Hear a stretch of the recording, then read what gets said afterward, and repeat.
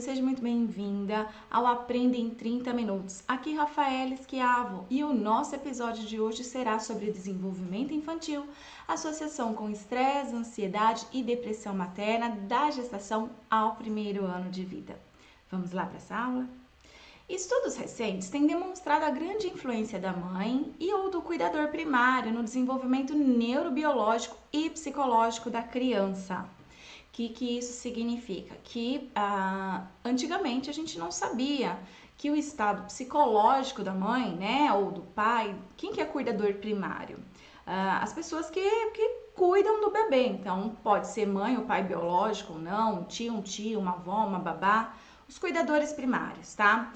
Então é importante que esses cuidadores primários estimulem o desenvolvimento da criança de forma adequada, tá? Se esses cuidadores primários não conseguirem estimular de forma adequada o desenvolvimento infantil, aumenta a probabilidade dessa criança apresentar atrasos no desenvolvimento. Como na nossa cultura, no nosso país em geral, o cuidador primário é a mãe, então por isso que aqui a gente vai estar falando sobre o materno, saúde mental materna, ok? Por conta de ser essa mulher, a mãe, quem cuida do bebê, né, em todas as suas necessidades. Então, a saúde mental dela é muito importante, porque se ela estiver com uma boa saúde mental, aumentam as chances dela estimular esse bebê corretamente e ele ter um bom desenvolvimento. Mas se a saúde mental dela estiver com alguma alteração, aí diminuem as chances dela poder oferecer os seus cuidados de forma correta, da maneira que o bebê necessita para ter um bom desenvolvimento. Então, continuando aqui. A capacidade parental de cuidar adequadamente do filho e de aperfeiçoar os recursos disponíveis parece amenizar o impacto de um contexto desfavorável, especialmente durante os primeiros anos de vida, nos períodos denominados sensíveis ou críticos do desenvolvimento, tá? Então, olha só, os 3 primeiros anos de vida de qualquer sujeito são os 3 primeiros anos onde a gente vai ter o maior pico de desenvolvimento da nossa vida. Nunca mais a gente vai se desenvolver tanto e tão rapidamente quanto nesse período. Se a gente pensar só no primeiro ano de vida, quanta coisa um bebê passa a fazer, né? Desde um recém-nascido que não tem intenção de movimento nenhum, ele olha para os objetos, mas ele não tem intenção nenhuma de esticar o braço e pegar o objeto, porque ele ainda é recém-nascido, então ele nasce com pouquíssimas habilidades, pouquíssima visão, pouquíssima coordenação motora, são movimentos mais involuntários, bruscos, sem intenção nenhuma, tá certo? Isso no primeiro mês, e ele termina os próximos 11 meses, né? Ele termina os 12 meses dele de vida, que ele vai completar 1 ano, sabendo andar e muitas vezes até falar, já fala algumas palavrinhas com sentido. Então, nunca mais em toda a nossa vida a gente vai ter um desenvolvimento tão acelerado como no primeiro ano de vida, como nos 3 primeiros anos de vida. Por isso, eles são chamados de período crítico para o desenvolvimento humano. O que significa isso? Que se algo não ocorrer nesse período, não vai ocorrer mais. Tá certo? Então, coisas precisam ocorrer nesse período, então a gente precisa estimular. Tem o famoso caso de Amália e Camália, que são as meninas lobos, né? Elas passaram esses 3 primeiros anos da vida delas sendo criadas por lobos. Quando elas foram encontradas lá com seus 6, 9 anos de vida, elas não eram nada humanizadas, nada, absolutamente nada, porque elas uivavam, elas andavam de 4 apoio, elas comiam carniça, elas entendiam a linguagem dos lobos, mas nada do humano, né? Não andavam como nós, não comiam como nós, não falavam como nós, não se comunicavam como nós, tá certo? Então, é por isso que a gente diz que esses 3 primeiros anos é um período crítico do desenvolvimento. Alguém precisa prover estimulação para que essas crianças possam, então, ter um bom desenvolvimento. Por quê? Porque o desenvolvimento cerebral, ele está acelerado também nesse momento. Por quê? A criança está recebendo todos os tipos de informação do meio. Para que aquele sujeito sobreviva, ele precisa ter uma alta percepção de tudo e receber todas aquelas informações que o meio passa para ela poder absorver.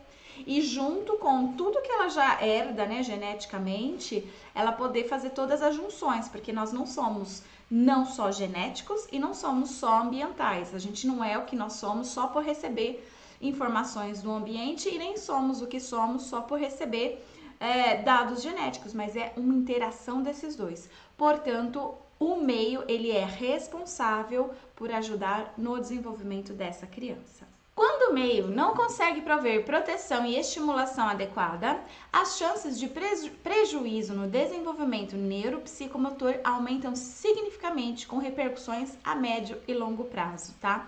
Então, quando o meio, que pode ser a mãe, o pai, algum familiar, né? Às vezes essa mãe, por algum motivo, ela está privada de liberdade, né? Às vezes ela está em cárcere.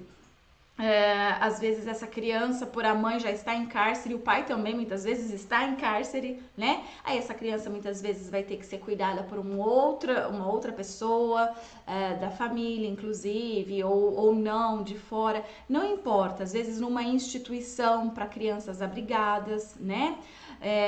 Que precisam ficar ali institucionalizadas. Então, o meio, ele precisa necessariamente enviar informações para o cérebro desse bebê que está em desenvolvimento, para que ele possa se humanizar, para que ele possa se desenvolver adequadamente para a sua idade.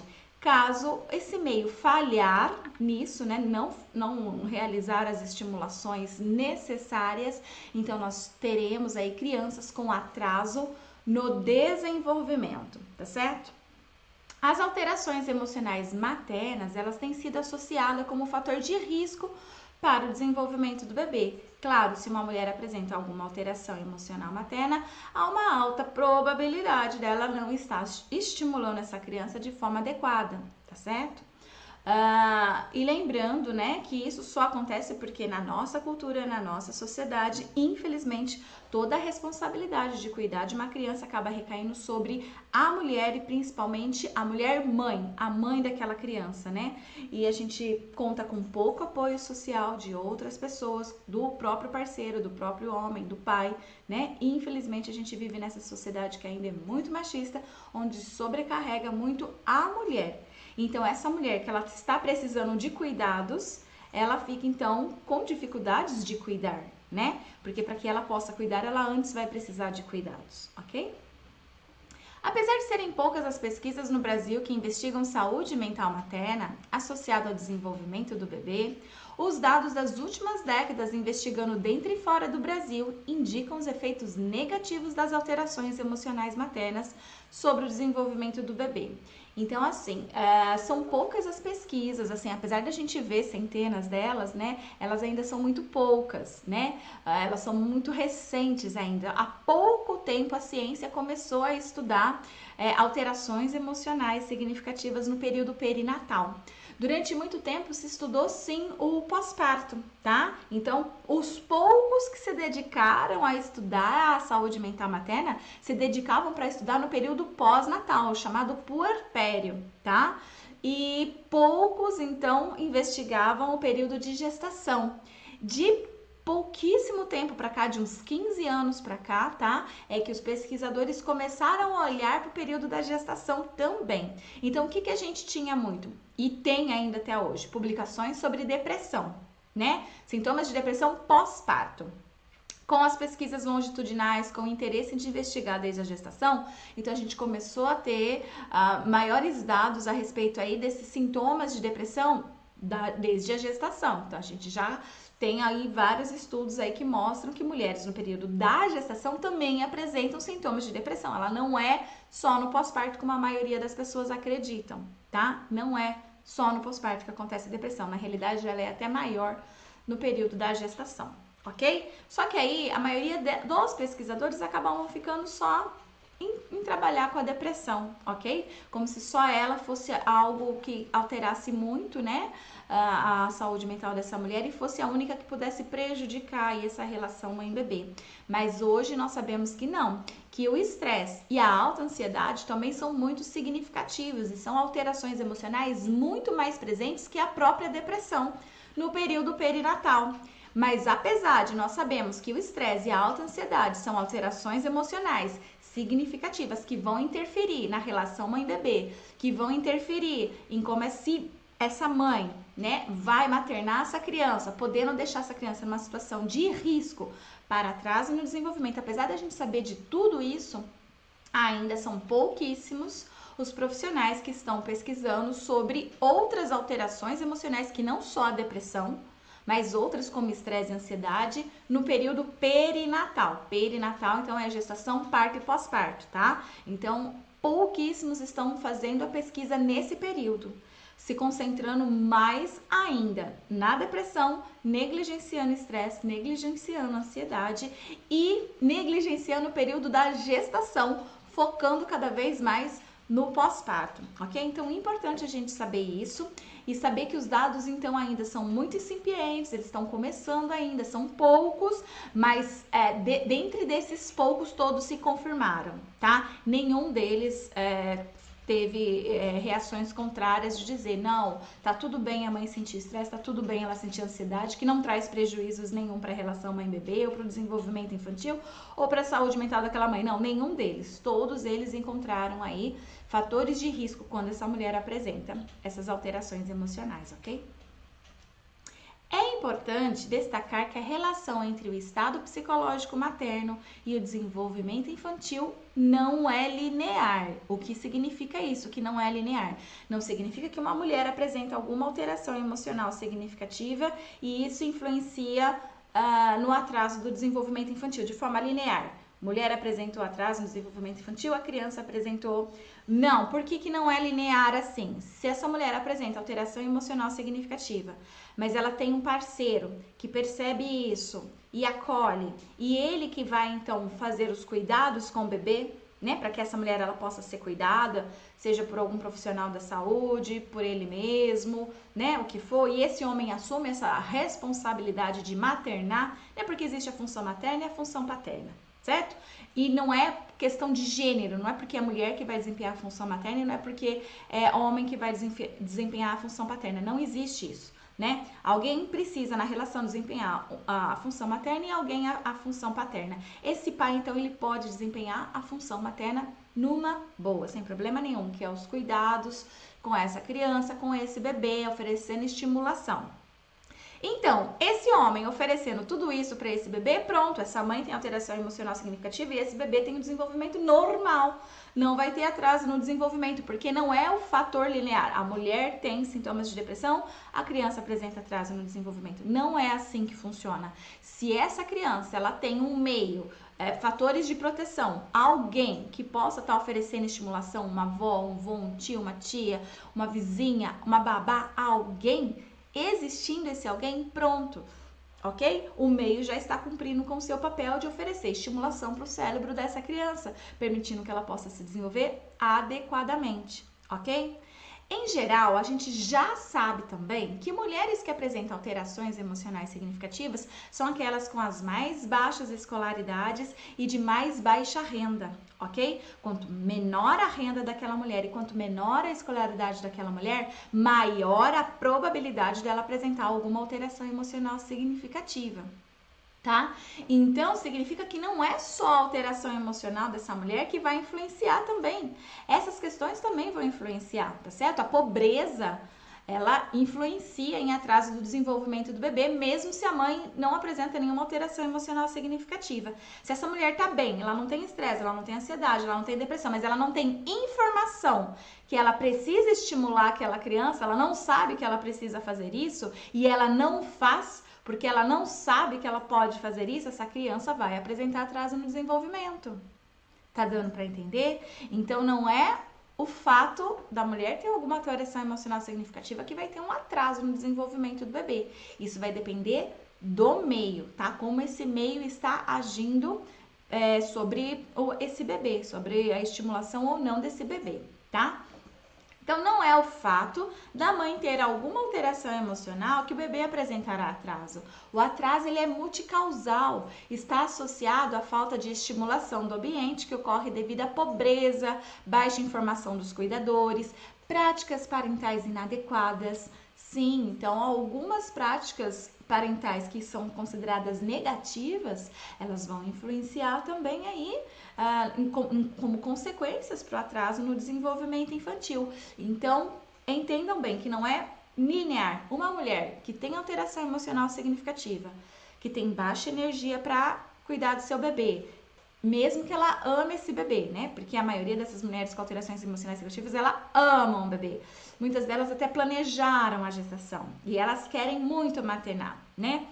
Uma mulher com altíssima ansiedade, por exemplo, ela pode ter tanta alta ansiedade que ela segura aquele bebê e não deixa ele ir pro chão de jeito nenhum, com medo dele se machucar, bater, pegar alguma doença, né, alguma coisa assim. Então ela fica e cuida dele só ali no colo dela, às vezes não deixa nem ir pro colo de outra pessoa, né? Às vezes não coloca nem no berço, coisas assim que vão limitando, né, as estimulações para que essa criança possa se desenvolver adequadamente. Então, a superproteção também não é algo bom. Na realidade, a superproteção está até mostrando que essa mulher provavelmente está com alta ansiedade, né? E que está influenciando no atraso do desenvolvimento infantil. Entende? Como não é linear, vai depender de tudo, todos esses outros fatores aí, tá certo? Ao entorno de uma alteração emocional significativa aí que pode influenciar de diversas formas no atraso do desenvolvimento da criança. Qual que é o objetivo desse trabalho aqui que eu estou apresentando para vocês? Ela é minha tese de doutorado, na realidade, esqueci de falar para vocês no começo, tá certo? Então, eu estou apresentando para vocês a minha tese de doutorado e vou apresentar qual que foi o objetivo, então, dessa minha investigação. Analisar as relações entre variáveis maternas, que foram sociodemográficas, de parto, ansiedade, depressão, estresse, crenças e práticas parentais. E desenvolvimento da criança, né, do filho, em 3 momentos. Né? Então, foi investigado a saúde mental em 3 momentos: terceiro trimestre gestacional, aos 6 meses e aos 14 meses pós-parto. Já as variáveis do bebê, a gente investigou aos 6 e aos 14 meses de vida da criança, tá? Essa é uma pesquisa chamada longitudinal. O que é uma pesquisa longitudinal? É uma pesquisa que a gente acompanha o sujeito ao longo do tempo. Ou seja, eu acompanhei as mesmas pessoas desde a gestação até completar 1 ano e 2 meses de idade, tá? Do pós-parto. Então, não entrou ninguém de novo aí nesse período, tá? Foram 3 momentos: gestação, 6 meses do pós-parto e 1 ano e 2 meses do pós-parto. Sempre as mesmas pessoas, ok? Participaram, então, 320 gestantes, todas elas usuárias do Sistema Único de Saúde, do Serviço Público de Saúde. Eu encontrei elas em unidades básicas de saúde, ok? Convidava elas, então todas podiam participar. A maioria delas não eram gestantes de risco, tá? Principalmente porque as unidades básicas que eu ia, elas não eram unidades básicas de atendimento de situação de risco, então elas tinham gestação normal, ok? E aí, então, dessas 320, 200 permaneceram aos 6 meses pós-parto, porque várias delas, né, no caso 120 delas, desistiram de participar da pesquisa, mudaram de telefone, mudaram de cidade. Infelizmente, algumas foram presas, outra o bebê morreu, então várias coisas aconteceram aí e eu perdi então 120 dessas 320, então eu perdi 120 e ficou 200, né, que eu consegui acompanhar aos 6 meses pós-parto. E depois, 1 ano e 2 meses, aí veio, né, outra perca aí eu fiquei com 139, tá? Então, 139 mulheres participaram dos 3 momentos, elas participaram de todos os 3 momentos.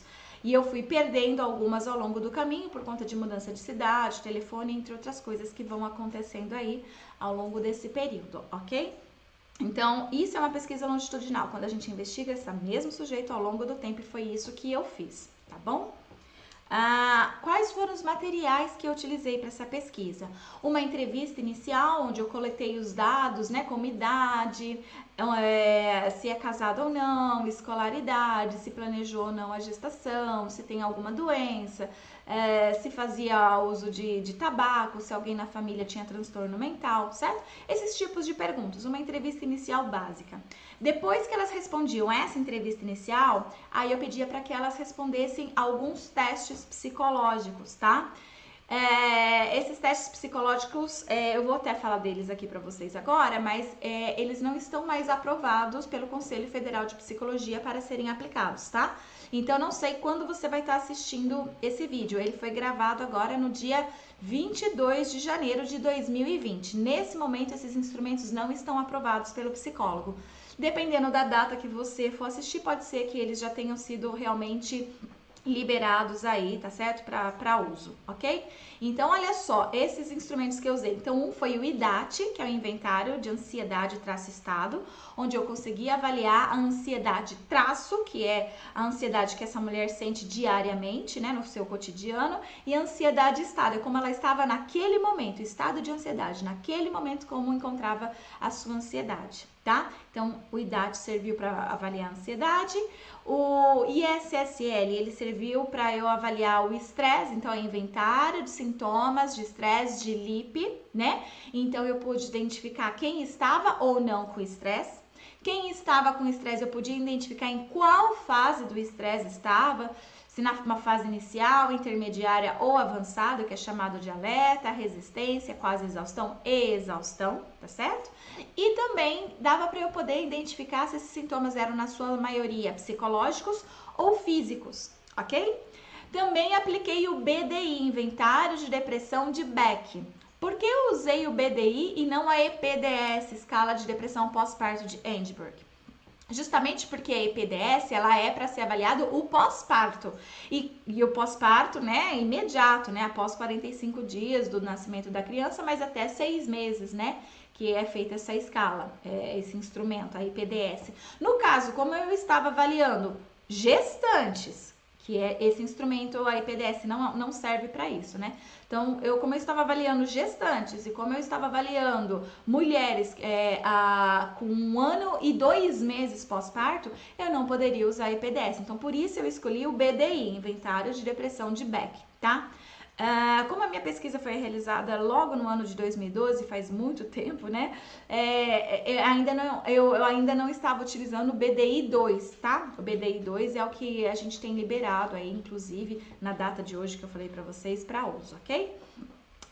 O questionário pós-parto, tá certo? Onde eu investigava como que foi o parto, se teve alojamento conjunto, se teve direito a acompanhante, se teve amamentação na primeira hora, se ela conta com rede de apoio, se ela conta com a ajuda do parceiro, se é ela que fica com o bebê a maior parte do tempo ou outra pessoa, o que ela acha de ser mãe, se está sendo positivo, se está sendo negativo, né? Então, todas essas perguntas também foram realizadas nesse questionário pós-parto, tá certo? Isso já no segundo momento. No primeiro momento foi aplicado a entrevista inicial, o IDAT, SSL e o BDI, só, tá? Aí no segundo momento, já aos 6 meses, foi aplicado o IDAT, o ISSL, o BDI e esse questionário pós-parto, tá bom? E o próximo aí que eu vou falar para você, que é o Denver 2. O Denver 2, ele é para avaliar o desenvolvimento infantil do bebê, da criança, tá? Esse instrumento ele vai avaliar desde 0 meses até a criança completar 6 anos. Mas no caso eu usava o Denver para avaliar 6 meses da criança e depois eu usava o Denver para avaliar 1 ano e 2 meses da criança, ok? Ele servia para isso para mim. E eu aplicava também nesse segundo momento, óbvio, porque se a mulher estava grávida não tinha como eu avaliar o desenvolvimento da criança que ainda não tinha nascido, então eu só avaliava depois do parto, quando a criança estava com 6 meses de vida e quando ela estava com 1 ano e 2 meses de vida, ok? Aí eu usava esse instrumento aí chamado Denver. E a ECPPC, que é Escala de Crenças e Cuidados Parentais, tá? De práticas e cuidados parentais. Então, ele é um instrumento próprio para ser aplicado em pais de bebês de até 3 anos. É bem legal, porque é um dos poucos instrumentos que a gente tem que avalia práticas parentais, né? Principalmente práticas e cuidados parentais de bebês, como que essas mães trabalham com os bebês.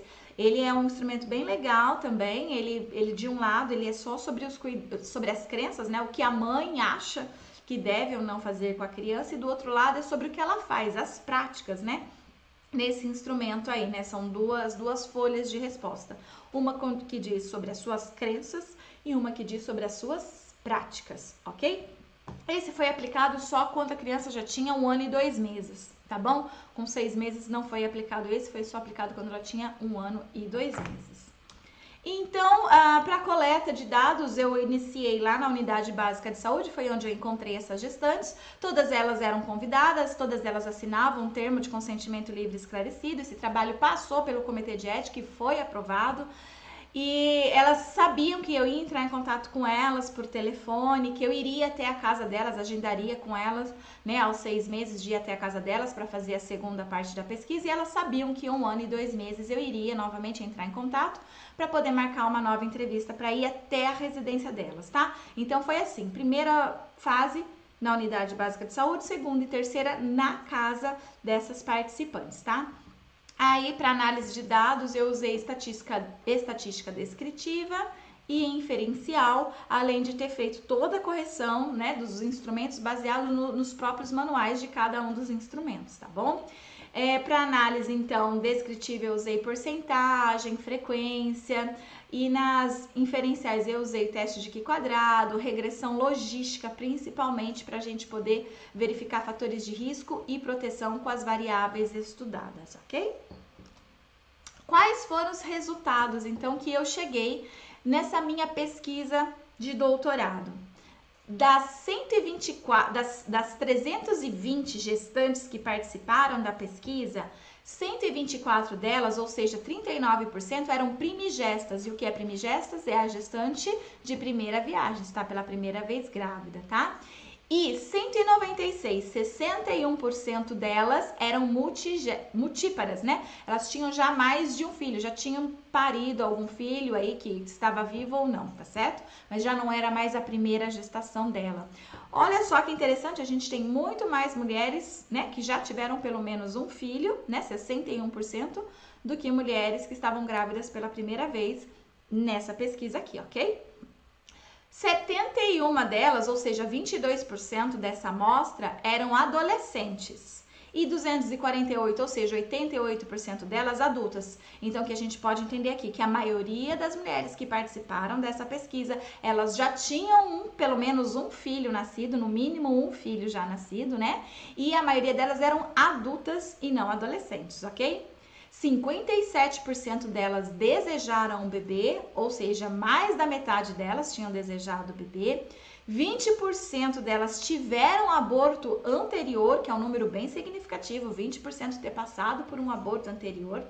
E 27% tinham familiares com histórico de algum transtorno mental. E o familiar aqui nesse caso era pai, mãe ou irmãos, tá bom? Da família nuclear mesmo. Então, familiar muito próximo, porque a gente tem essa associação aí também, né? De quando você tem um familiar próximo com alteração emocional, você também pode ter esse fator aí, ok? Olha só essa tabela, como que a gente, né, consegue perceber que existe diferença significativa quando a gente compara ansiedade, estresse e depressão nas 3 etapas da pesquisa, tá bom? A alta ansiedade traço, durante a gestação, no 3º trimestre de gestação, 35% das mulheres apresentavam, tá? Um número bem considerável, 35% de mulheres apresentando ansiedade traço. Já aos 6 meses pós-parto, caiu para 26%, tá? Mas ao 1 ano e 14 meses, ele sobe de novo e vai para 32%. Havendo aí onde está escrito p-valor, né? Que é um P menor que 0,05, que é adotado como nível de significância aqui para a estatística que a gente usou, que foi o teste de McNamara, significa então que há diferença significativa nas 3 aplicações, tá? Houve diferença significativa aí. Na ansiedade estável, você pode perceber também que teve diferença significativa, sendo que na gestação 32% apresentavam, aos 6 meses diminuiu para 26% e aos 14 meses diminuiu ainda mais para 22%, ok? Sobre o estresse, na gestação 62% delas apresentavam estresse, que é um número muito alto, 62% dessas mulheres apresentando sintomas de depressão.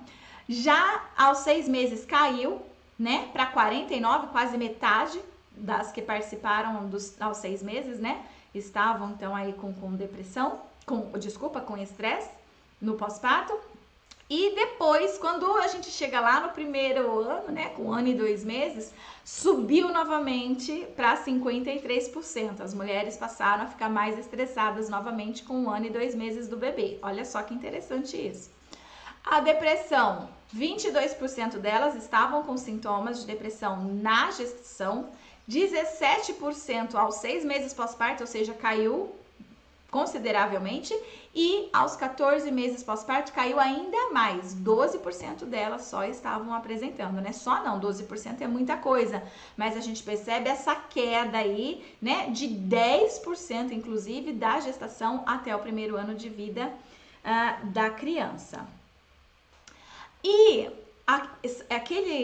o quadro anterior que eu mostrei para vocês, então, é como estava a realidade, o recorte de cada um desses momentos, que a gente chama, então, de prevalência. Prevalência é um recorte de um momento e que a gente analisa como está aquele recorte. Agora eu vou mostrar para vocês a incidência. O que é incidência? Incidência é diferente de prevalência. E muita gente confunde isso bastante, né? Muita gente, na maioria das vezes, pega e começa a dizer coisas que têm relação à prevalência com incidência, então faz essa confusão toda na hora de escrever um texto, alguma coisa assim.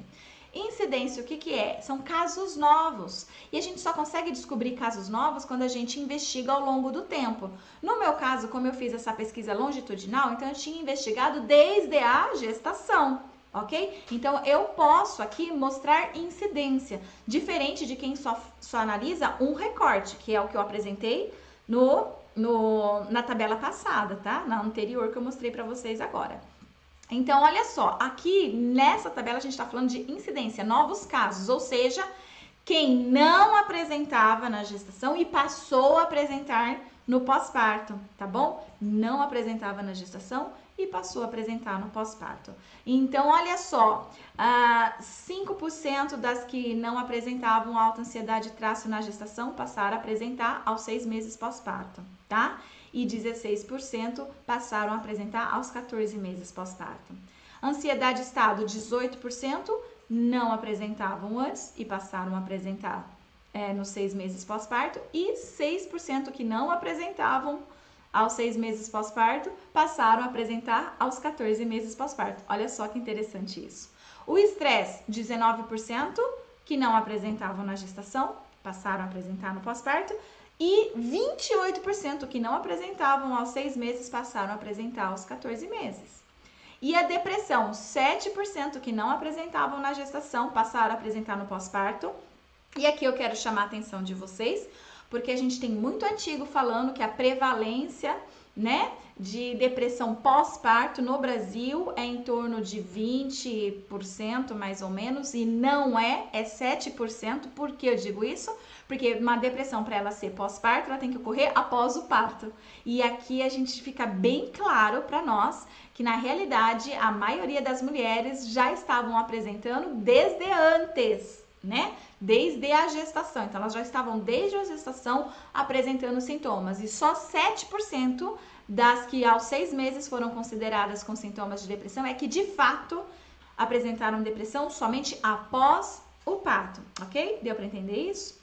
E 4% passaram a apresentar sintomas de depressão a 1 ano e 2 meses do pós-parto, ok?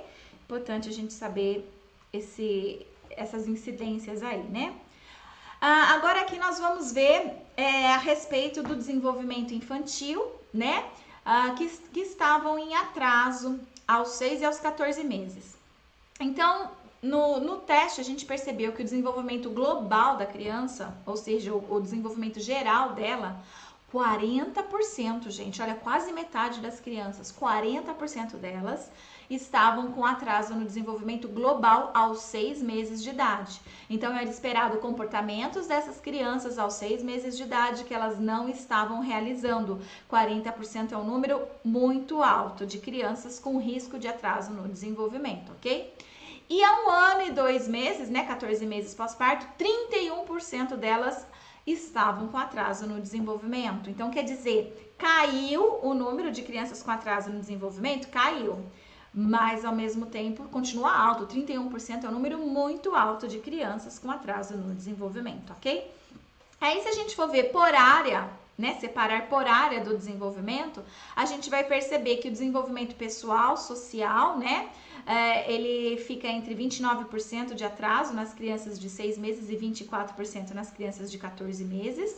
O desenvolvimento motor adaptativo, que é aquele motor fino, né, mais elaborado, a gente percebe que as crianças aos 6 meses, 19% estavam com atraso nessa área, mas aos 1 ano e 2 meses, aos 14 meses, somente 4 estavam. Então, quer dizer, melhorou bem essa prática, né? As crianças começaram a desenvolver melhor essa habilidade aí quando elas já estavam com 1 ano e 2 meses, tá? Mas com 6 meses, 19% estavam com atraso. Sobre a linguagem, olha que interessante, com 6 meses, 15% estavam com atraso, mas há 1 ano e 14 meses, em que já é esperado que ela fale pelo menos 2 palavras com sentido, mais da metade delas, 51% estavam com atraso nessa área, tá bom? E o motor amplo, que está relacionado aos movimentos do bebê, de lançar, pegar, chutar, né, movimentos de andar, sentar, né? Todos os movimentos é chamado de motor amplo.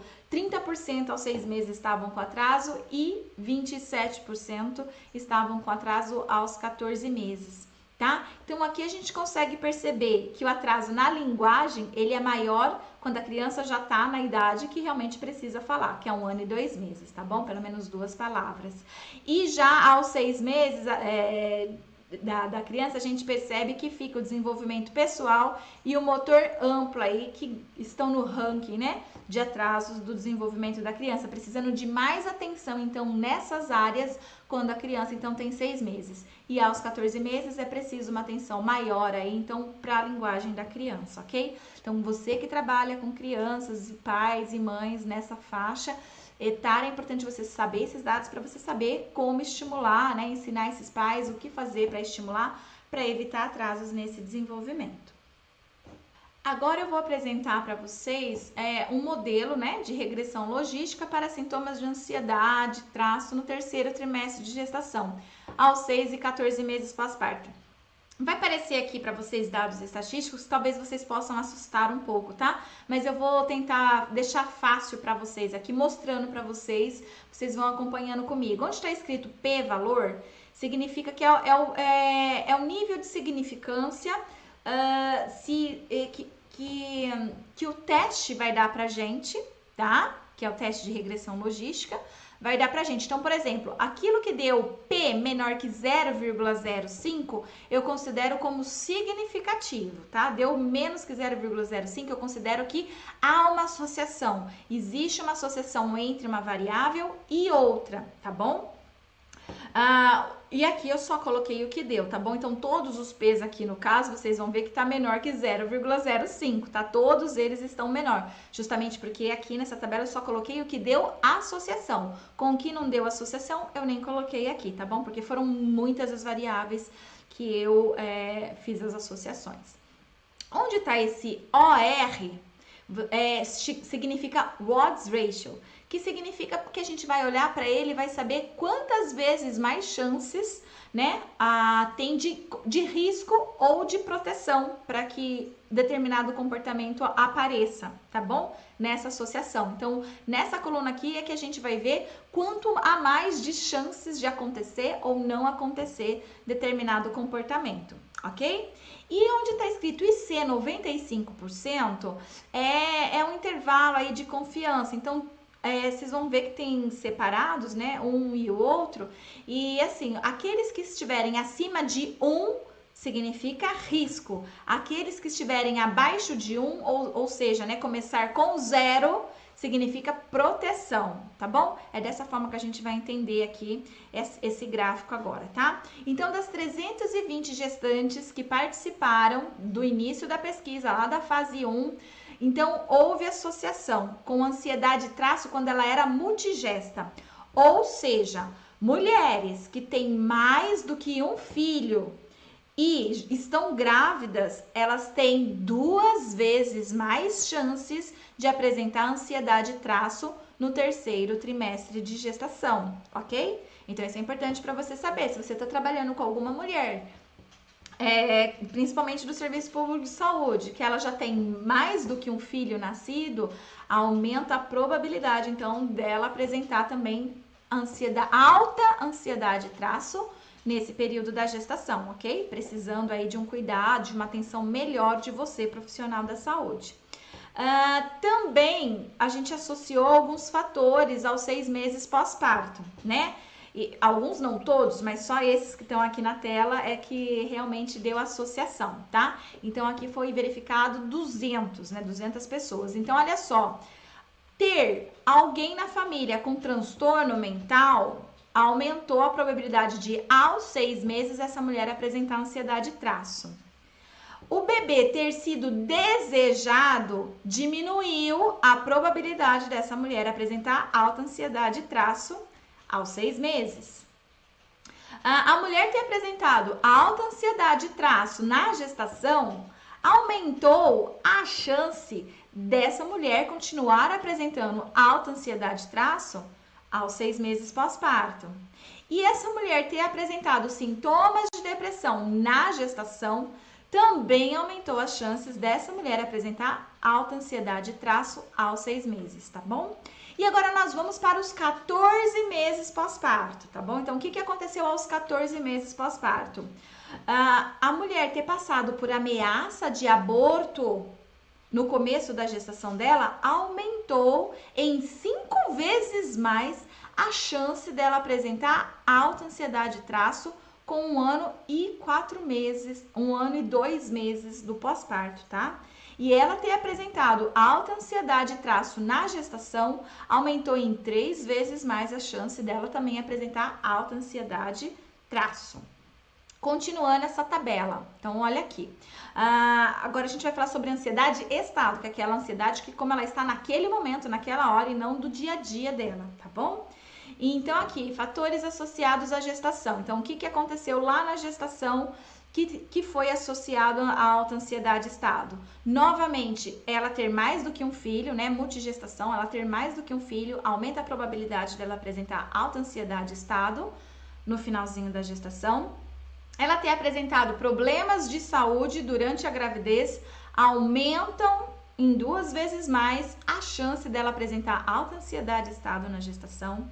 Ela ser tabagista, ou seja, fumar, né, usar cigarro, aumenta 2 vezes mais dela estar apresentando alta ansiedade estado no 3º trimestre de gestação. E ela ter passado por ameaça de aborto aumenta 2 vezes mais as chances dela apresentar alta ansiedade estado. Então, quer dizer, aqui nós temos fatores importantes que a gente já pode saber. Se está lá na unidade básica de saúde, a mulher ela tem mais de um filho, ela apresentou problema de saúde, ela é tabagista e se ela teve ameaça de aborto, a alta probabilidade dela estar apresentando alta ansiedade estado nesse período, ok? Agora, para a alta ansiedade estado aos 6 meses pós-parto. Ter desejado o bebê foi fator de proteção para ela não apresentar alta ansiedade estado aos 6 meses pós-parto. O bebê ter ficado em incubadora aumentou em 8 vezes mais a chance dessa mulher apresentar alta ansiedade estado aos 6 meses, tá? Olha só, o fato do bebê ter precisado ir para a incubadora aumentou em 8 vezes mais a chance da mulher apresentar alta ansiedade estado aos 6 meses. Ela ter apresentado alta ansiedade estado na gestação aumentou, né, para ela apresentar alta ansiedade estado aos 6 meses, e ela ter apresentado estresse gestacional, né, fez também com que aumentasse a probabilidade dela apresentar alta ansiedade estado aos 6 meses pós-parto, tá bom? E agora a gente vai ver aos 14 meses do pós-parto, tá? Então, ela não ter ocupação profissional aumentou em 4 vezes mais as chances dela estar com alta ansiedade estado aos 14 meses pós-parto. Ela ser tabagista, fumar, aumentou em 6 vezes mais a chance de ela estar apresentando alta ansiedade estado aos 14 meses pós-parto. E ter passado por ameaça de aborto aumentou em 7 vezes mais a chance dela estar apresentando alta ansiedade estado nessa fase também. Interessante isso, né? Porque a ameaça de aborto não foi associada aos 6 meses, né? Mas aos 14 meses pós-parto. Então, a mulher ela fica muito mais ansiosa nos casos em que ela teve aí um medo significativo durante a gestação de perda, né? Desse bebê aí, ok? Agora aqui nós vamos ver, né, uma tabela novamente, mas agora para que a gente possa entender aí os sintomas de estresse, tá bom? Nas tabelas anteriores a gente trabalhou com ansiedade, estado, que é como ela se sente nesse momento, e traço, como ela se sente no dia a dia. E agora aqui com estresse. Quais são os fatores de risco para estresse na gestação, aos 6 meses pós-parto e a 1 ano e 2 meses pós-parto? Então vamos lá. Na gestação, os fatores de risco para estresse na gestação foi problemas de saúde mental na família, né? Então, se essa mulher ela tem um pai, uma mãe ou um irmão com algum problema de saúde mental, aumenta 2 vezes mais a chance dela também apresentar estresse no terceiro trimestre de gestação, tá? E se ela é tabagista, se ela faz uso de cigarro, ela tem 4 vezes mais chances de apresentar estresse no final da gestação também. E aí, aos 6 meses, ter um parceiro, olha só, né? Ter um parceiro aumentou em 5 vezes, quase 6 vezes, né? 5,9, quase 6 vezes, né? Mais a chance dela apresentar estresse. O que esse dado diz, né, gente? Que não é só ter o parceiro, né, que alivia, que é fator de proteção, mas é a qualidade dessa relação conjugal, é a qualidade que esse parceiro tá contribuindo com as tarefas domésticas, contribuindo, né, com a educação da criança, né? Então, tudo isso, às vezes, tá tendo muito conflito familiar por conta que a criança nasceu, tá tendo algumas desavenças. Então, olha só que interessante, aumentou quase que 6 vezes mais, né, a chance dela apresentar estresse por ela ser casada, por ela ter um parceiro, tá? Importante. Quer dizer, o que isso significa? Que a gente precisa conversar com esses parceiros desde a gestação, né? Não vai esperar dar 6 meses de vida do bebê para ir fazer algum serviço com esses parceiros.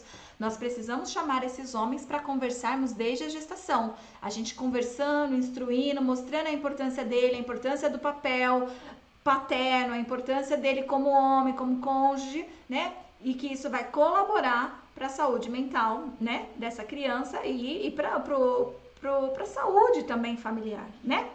Importante a gente saber isso. As mulheres que tiveram parto vaginal, olha só que interessante, diminuiu as chances de apresentar estresse aos 6 meses pós-parto. Eu acho esse dado lindo, né? Então, as mulheres que tiveram parto normal, né, diminuiu a chance dela apresentar estresse aos 6 meses pós-parto. A mulher que tem percepção positiva do bebê, ou seja, que ela olha para o bebê e atribui características positivas para ele, também diminuiu as chances dela apresentar estresse aos 6 meses pós-parto. Aquelas mulheres, né, que não receberam ajuda nos cuidados, nos primeiros cuidados com a casa, elas tiveram 3 vezes mais chances de apresentar estresse aos 6 meses por falta da rede de apoio, né, de não receber ajuda. Ter passado por alta ansiedade, estado na gestação, aumentou a chance de apresentar estresse aos 6 meses. Ter passado por alto estresse gestacional também aumentou as chances dela continuar apresentando estresse aos 6 meses pós-parto.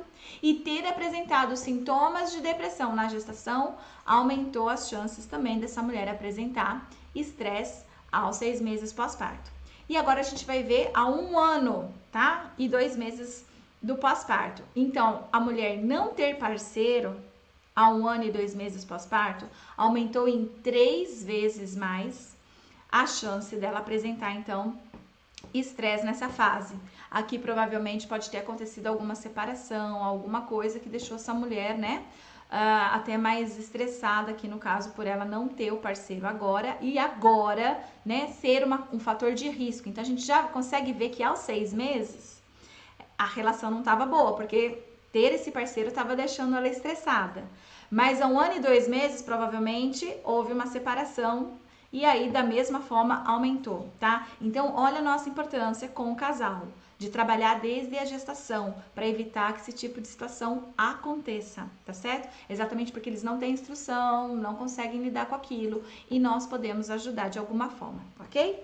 A mulher não ter desejado o bebê aumenta 2 vezes mais a possibilidade dela estar apresentando estresse quando a criança está com 1 ano e 2 meses, tá? E ela ter apresentado estresse gestacional aumentou em 3 vezes mais as chances dela apresentar estresse também aí 1 ano e 2 meses do pós-parto. E agora a gente vai ver a mesma coisa, só que para sintomas de depressão, tá bom? A gente vai ver os riscos para os sintomas de depressão. Então vamos lá. Na gestação, fatores associados na gestação. Então, a mulher ter mais do que um filho aumentou 3 vezes mais as chances dela apresentar sintomas de depressão na gestação, tá? Então, só dela já ter mais filho, aumenta a probabilidade dela apresentar sintomas de depressão na gestação. Ela ter até o ensino fundamental, aumentou 2 vezes mais a chance dela apresentar, né? Depressão na gestação, ou seja, a baixa escolaridade aumenta as chances dela apresentar sintomas de depressão na gestação, e ser tabagista aumentou 2 vezes mais as chances também dela apresentar sintomas de depressão na gestação, tá? Ter menos do que 8 anos de estudo aumentou em 17 vezes a chance dessa mulher apresentar depressão aos 6 meses pós-parto, tá? Então, aqui, mais uma vez, a escolaridade aqui ficando muito clara, que aumentou muito, drasticamente, 17 vezes mais. Então, assim, se a mulher ela tem menos de 8 anos de estudo, há uma altíssima probabilidade de ela estar apresentando sintomas de depressão. Então, você que trabalha, principalmente em periferias, que lida muito com mulheres com baixíssima escolaridade, é o campo mais importante que você tem para trabalhar com alterações emocionais significativas, para você trabalhar. Porque, olha só, aumenta e muito as chances dessa mulher estar apresentando depressão, ok? Então, aos 6 meses pós-parto é quase que o principal fator. Quase não, é o principal fator para a depressão pós-parto, né? Aos 6 meses pós-parto, no caso, desculpa. A mulher está amamentando seu bebê no seio, foi fator de proteção para a depressão pós-parto. Isso é interessante, a gente usa realmente a amamentação como fator de proteção para a depressão pós-parto, porque a mulher ela vai liberar uma série de hormônios, inclusive a ocitocina, que dá prazer, né? E isso faz um efeito muito positivo no corpo, né? É como se fosse um remédio natural, né? Para evitar os hormônios de uma depressão, por exemplo, tá? Então, a amamentação ela deve ser mais do que incentivada, até para prevenir problemas de saúde mental, como o caso da depressão no pós-parto, ok? Percepção positiva do bebê também foi um fator de proteção para essa mulher não apresentar sintomas de depressão pós-parto aos 6 meses, né? A alta ansiedade traço gestacional foi um fator de risco para a mulher apresentar sintomas de depressão aos 6 meses pós-parto, e sintomas de depressão na gestação também aumentou as chances dessa mulher apresentar sintomas de depressão aos 6 meses do pós-parto. Então, a mulher, quando ela tem parceiro, aumenta 4 vezes mais a chance, né, dela tá amamentando o bebê no seio materno, tá? Então, o parceiro, né, nesse caso aqui, aumenta as chances, 4 vezes mais a chance dessa mulher estar amamentando a sua criança aos 6 meses pós-parto no seio, tá bom? E a alta escolaridade, no caso, e não a baixa escolaridade, aqui a alta escolaridade, né, foi fator aí de proteção para que a mulher também amamentasse no seio esse bebê, tá bom? Agora nós vamos falar a respeito do desenvolvimento infantil associado, né, às respostas das mães. Então, olha só que interessante, a mãe apresentar insegurança, ela ser uma mãe insegura, aumentou 2 vezes mais a chance do bebê apresentar atraso no desenvolvimento pessoal social. A criança ter nascido com baixo peso, ou seja, peso inferior a 2.500, aumentou quase 6 vezes mais, 5,9 vezes mais a chance da criança apresentar atraso no desenvolvimento pessoal social aos 14 meses pós-parto. A criança ter nascido de parto vaginal foi fator de proteção para a linguagem aos 14 meses pós-parto, mostrando que a criança nascendo, né, de parto normal, né, ela diminui os riscos para atraso na linguagem, tá bom? A mãe com estresse aos 14 meses aumentou a probabilidade da criança apresentar atraso na linguagem aos 14 meses, tá? Então, olha só, uma mãe estressada aumenta a probabilidade de ter atraso na linguagem, Interessante a gente saber essas coisas para que a gente possa usar isso para prevenção, para trabalhar lá na unidade básica de saúde com proteção, com prevenção, né? Para que essas coisas venham a ocorrer, como por exemplo, atraso no desenvolvimento infantil. Quando eu já sei que de repente a criança tem uma mãe que teve estresse, né? Ou que está estressada, há uma probabilidade dela ter atraso, tá bom? Aqui no caso, na linguagem. O bebê que ficou internado teve 3 vezes mais chances de ter atraso no desenvolvimento motor amplo. O bebê precisou ficar internado por qualquer motivo, então teve 3 vezes mais chances de ter atraso no desenvolvimento motor. E quando a mãe é cuidador primária do bebê, ou seja, não é uma outra pessoa, mas sim a mãe, aquela pessoa que mais tempo passa com o bebê e cuida do bebê, foi fator de proteção para atraso no desenvolvimento motor amplo, tá bom? Importante todos esses dados aqui para você que trabalha aí com essa população. E finalmente chegamos à parte de práticas e crenças parentais, tá certo? Então a gente fez algumas associações também aí. Bom, você pode ver, né, que 51% das mães tiveram práticas, né, que a gente pode chamar de adequadas, né? Então, 51% delas estavam tendo práticas de cuidados com o bebê adequado e práticas de estimulação do bebê adequada, 28%. Olha só que interessante. Então, 51% cuidavam de forma que se espera mesmo que uma mãe cuide do seu bebê, mas na hora de estimular, só 28% realmente exerciam práticas efetivas de estimulação para o bebê, tá bom? E a importância que eles atribuíam, né, que são as crenças, né, e não o que ela fazia, mas a crença que ela tem sobre cuidado, 32% tinham boas crenças e sobre estimulação, 27% tinham boas crenças sobre estimulação.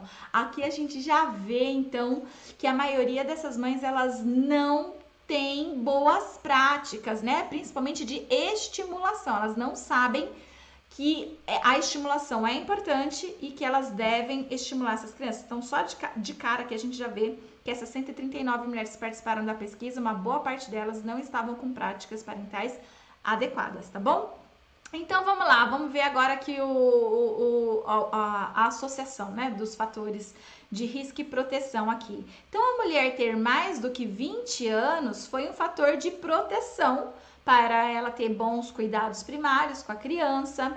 Viver com um parceiro aumentou 6 vezes mais as chances, né, dela não apresentar aí bons cuidados primários, tá bom? Então, mais uma vez aí a gente viu, né, que essa vivência familiar de forma conflitiva pode trazer prejuízos, inclusive para o desenvolvimento da criança e as práticas que essa mulher, que esse homem poderia ter com a criança, tá bom?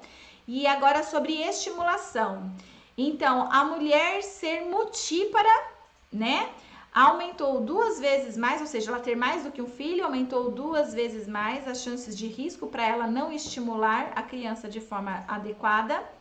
Já nesse caso, viver com o parceiro foi fator de proteção para que ela pudesse fazer a estimulação de forma adequada. E ter mais do que 8 anos de estudo também foi fator de proteção para que essa mulher pudesse oferecer uma estimulação adequada para esse bebê, ok? Agora aqui a gente vai ver sobre as estimulações inadequadas, tá certo?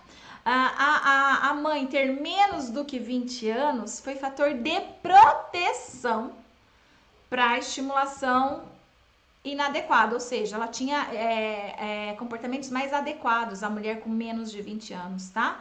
Um cuidado mais adequado, aí, uma estimulação mais adequada. As mulheres sem parceiro aumentaram 4 vezes mais as chances dela apresentar uma estimulação inadequada e ter menos do que 8 anos de estudo foi fator de proteção para que ela não apresentasse estimulação inadequada. Certo, então, pessoal, finalmente conseguimos concluir essa aula de hoje. Ela durou um pouco mais do que 30 minutos, mas tenho certeza que teve informações aqui muito importantes para você, profissional da saúde, que vai trabalhar aí com essa população. Então, espero que você tenha aproveitado essa aula. Se tiver alguma dúvida, deixa aí nos comentários que a gente vai conversando, ok? Tô deixando para vocês também aqui as referências dessa aula e espero te ver numa próxima. Um abraço, tchau, tchau!